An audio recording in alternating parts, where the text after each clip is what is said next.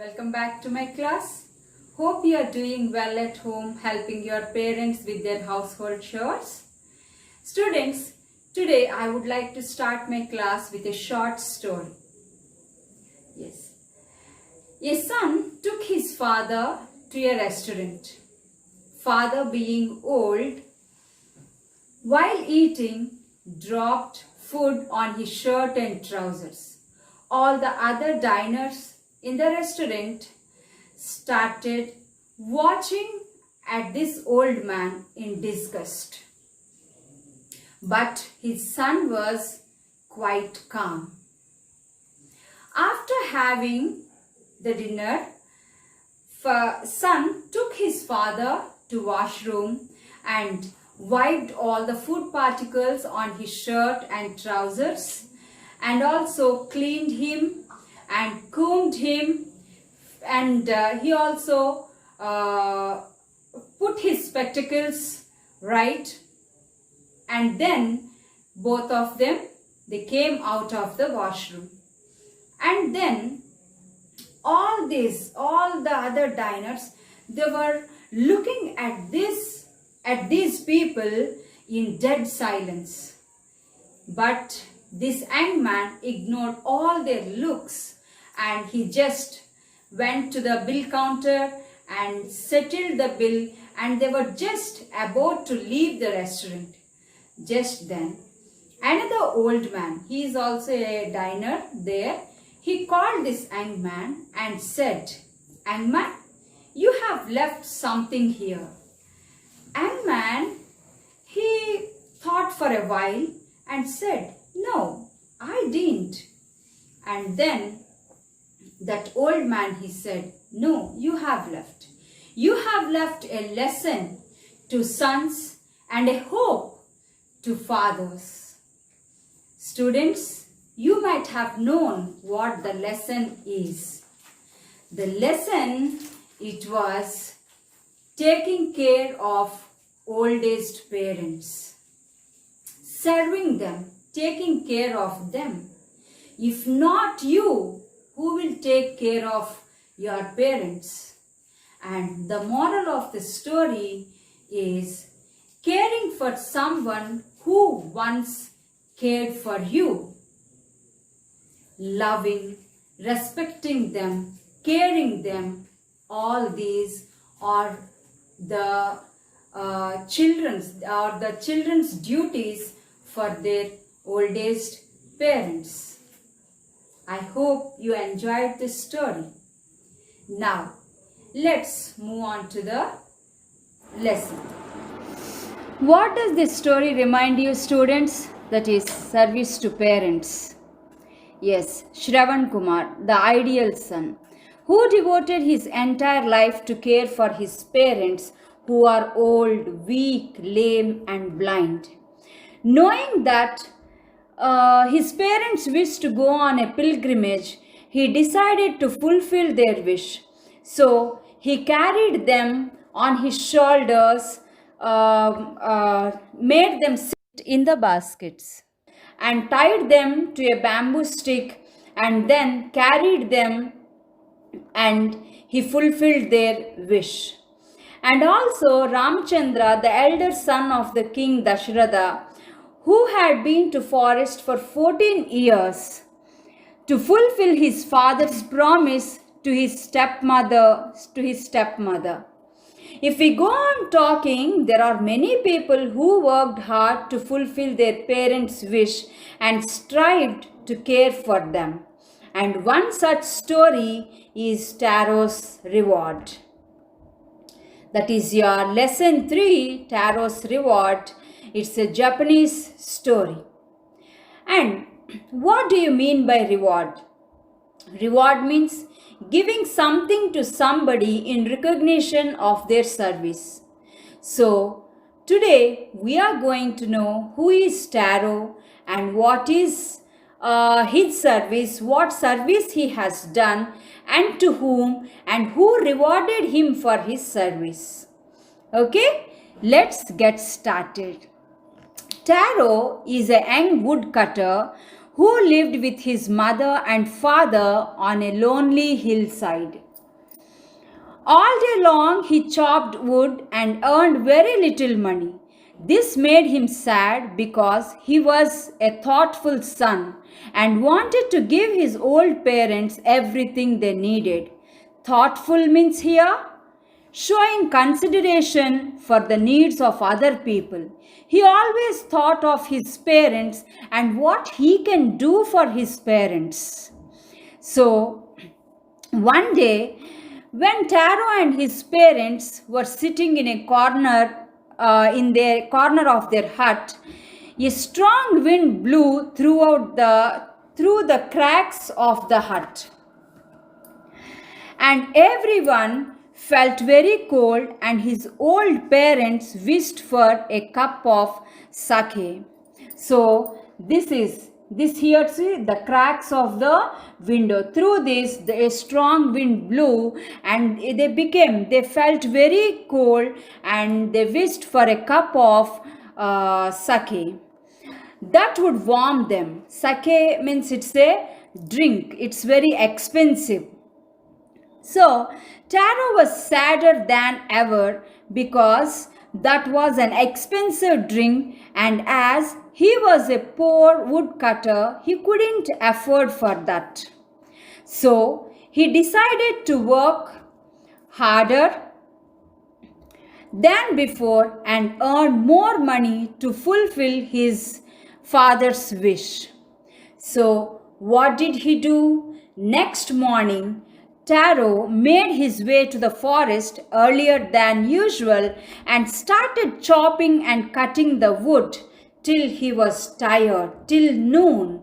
So he felt warm, and in fact he took off his jacket, and he felt his mouth was dry and his face was wet with sweat. He was feeling thirsty, and he remembered his father. My poor old father, he thought, if only he was as warm as I. So he thought if his father was as warm as he wouldn't have asked for a cup of sake. As he was very old and he was weak, and he felt he couldn't do any work, and he cannot make his body warmer, and when that cold wind it blew, he thought of having a cup of sake to make him warmer and to make his heart good,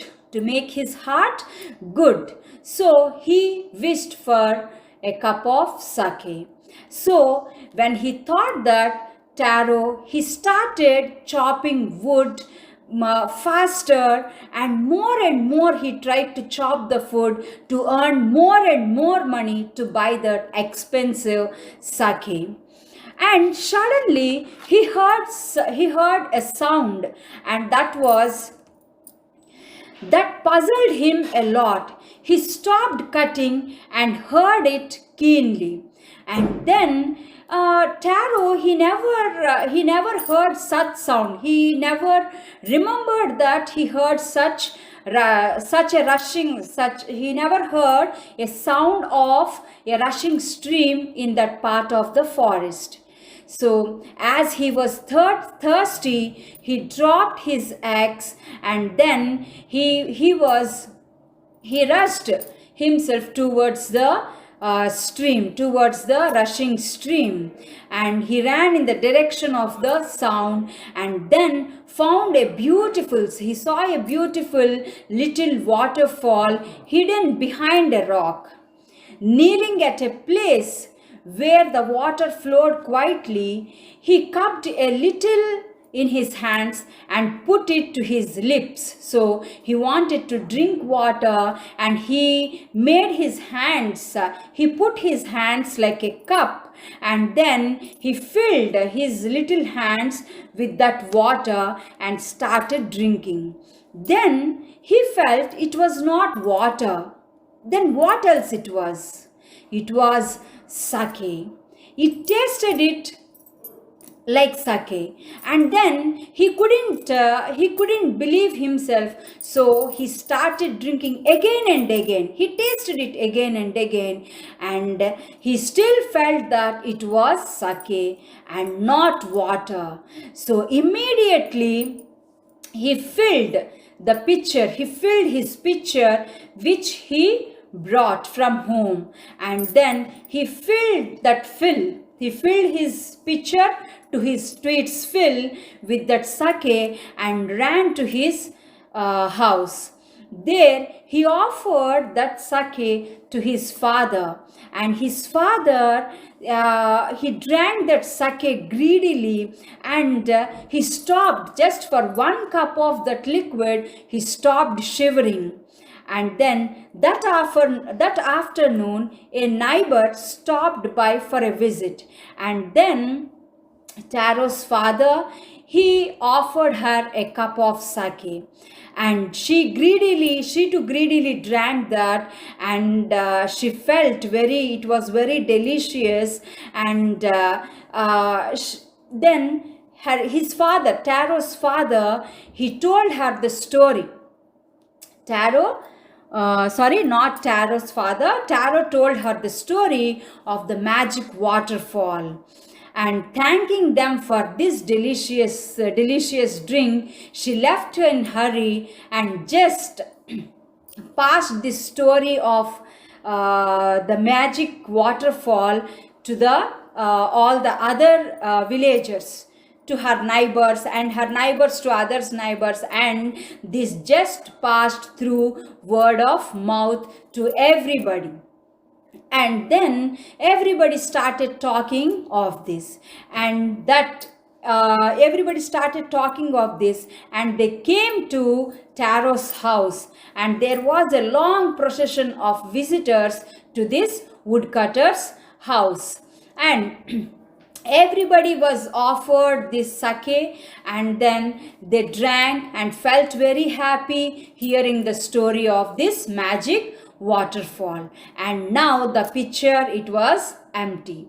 Then the next day, earlier than as usual, every day, Taro, he started to go for his work, and he carried a very big pitcher than the previous days. He carried with him the largest pitcher, and then he went near the waterfall, and to his surprise, he saw the people gathered there carrying pitchers, and they wanted to fill their pitcher with this magic liquid, that is the sake. And they started tasting this, and as they were tasting, it tasted to them just like water but not like sake. And they tasted again and again, and it just tasted the same, like only cold water. And then they felt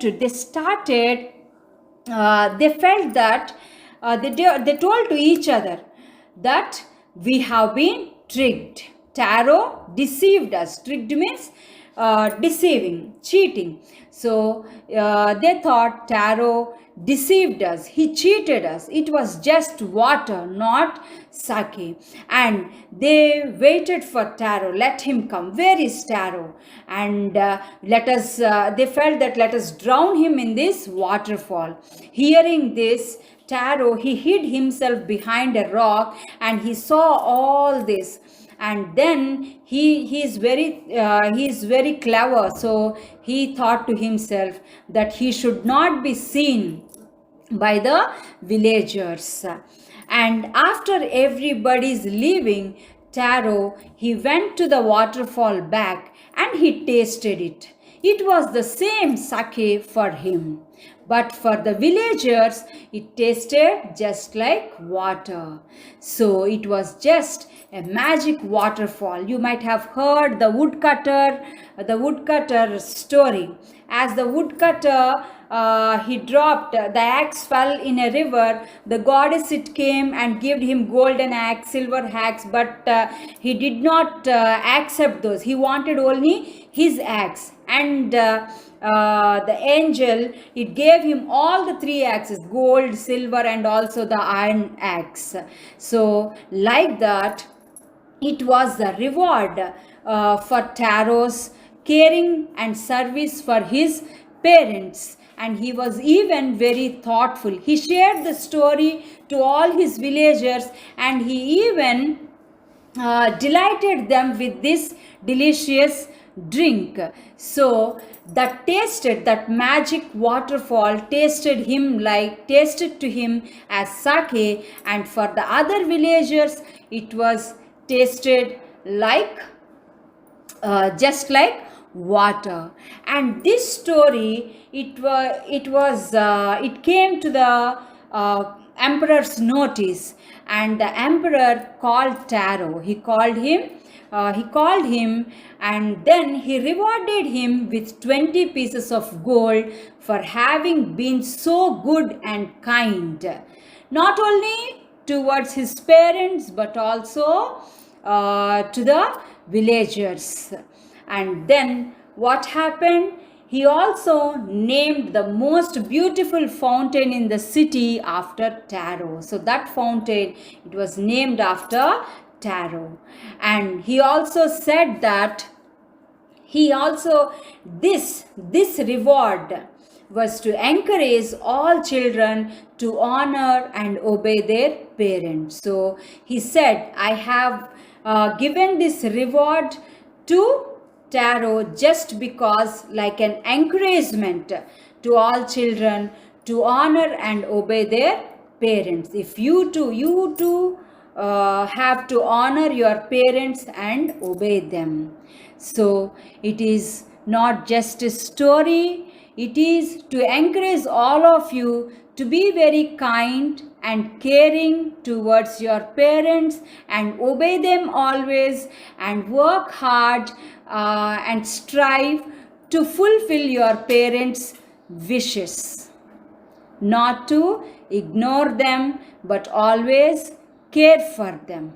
With this note, I would like to end this session. Thank you for now.